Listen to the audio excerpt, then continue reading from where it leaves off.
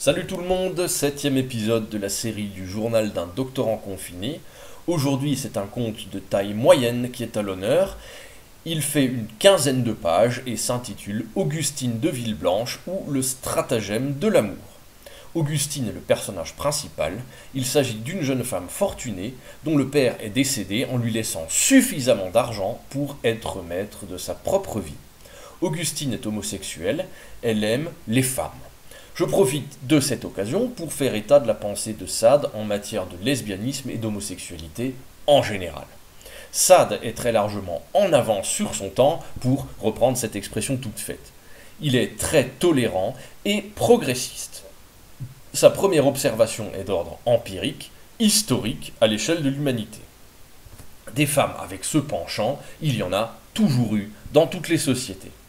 Plutôt que de les accuser de crimes contre nature, peut-être faudrait-il, je cite, accuser la nature de bizarrerie.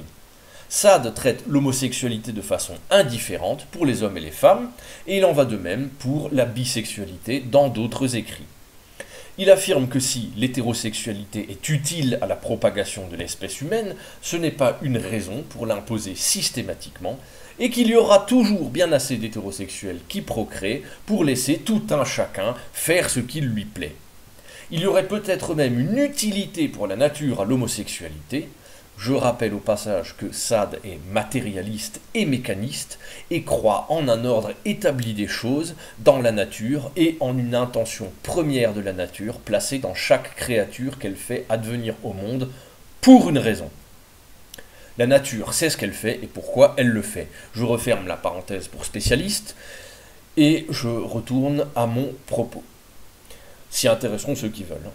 Je reviens au récit. Sade frise même avec la psychologie et affirme que si on sanctionne l'orientation sexuelle, on risque de provoquer des excès et des troubles du comportement bien plus dangereux. Augustine, à l'âge de 20 ans, n'est pas mariée et en plus déteste les hommes. Elle repousse les assauts de tous les prétendants et tient haut et fort les propos de la théorie sur Sade sur l'homosexualité que je viens de vous rapporter. Elle est campée sur ses positions et elle ne changera pour rien au monde. Arrive un nouveau protagoniste, un dénommé Franville, âgé de 18 ans. Et le jeune Apollon imberbe tombe follement amoureux d'Augustine. Il se tient une fête costumée, un carnaval, et chaque personnage va changer son apparence pour essayer de séduire autrui. Augustine se déguise en militaire, un capitaine de dragons, et Franville se déguise en jeune demoiselle.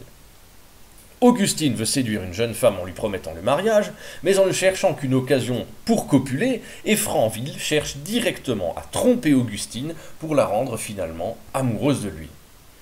Le caractère comique de la chose est assez délicieux, tout comme les dialogues préliminaires entre les deux personnages qui s'isolent et se courtisent sous couvert de déguisement. Lorsque les masques tombent, Augustine, dégoûtée, discute de ses penchants et Franville se fait passer pour homosexuel lui aussi. S'ensuit la classique guerre des sexes, puis un espèce d'arrangement amical, un contrat entre les deux protagonistes. Alors que Franville a raccompagné Augustine et se prépare à prendre congé, elle lui avoue enfin ses sentiments et le supplie de rester et de l'aimer à son tour. Franville triomphe et avoue à Augustine qu'il n'est pas homosexuel et qu'il voulait uniquement la faire tomber amoureuse de lui. Encore une histoire qui finit bien, Franville épouse Augustine en grande pompe dans la semaine.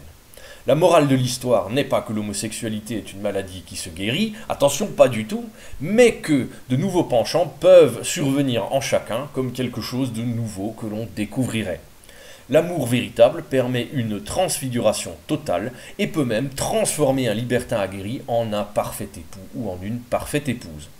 Encore une fois, ce conte licencieux est loin des écrits majeurs de Sade, et la morale positive et bienveillante tranche très nettement avec des écrits plus sombres comme les 120 journées de Sodome.